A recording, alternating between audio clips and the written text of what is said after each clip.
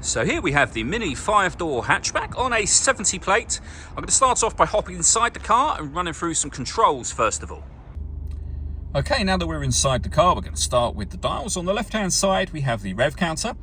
We have the speedometer in the middle and the fuel gauge over on the right-hand side. Also in the middle, you can see the total miles of this car. They are 23,612. You can change the information that's displayed directly above that by pressing a button on the end of the indicator stalk for various bits of trip computer and fuel economy information. You can also have the digital readout for the speedometer that you see being displayed there now. If we back out to the steering wheel, we have a speed limiter on the left-hand side.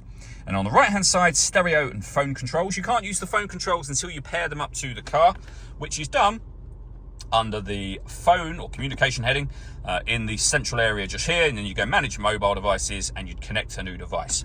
All the movement I'm making on the screen is being done using this dial. You have buttons that you can access, your main menu, for example, your media, but the dial will do virtually everything. So for example, if you want to listen to some music, you go to the media and radio menu, push the dial down, then in that menu where you can access your DAB and FM radio, Bluetooth audio, so you can stream your music wirelessly, and USB input as well. You can pair your phone from this menu as well as the menu I showed you a moment ago.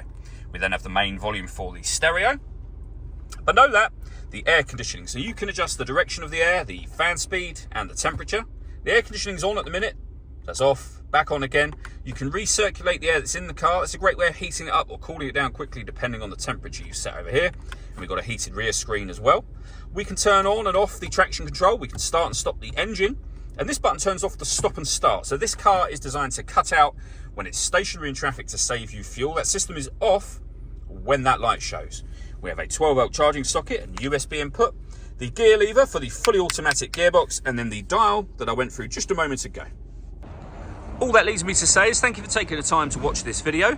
If you'd like to come and see this ULEZ compliant car for yourself and have a test drive, please feel free to call either of our MJA sites. We'd love to hear from you soon.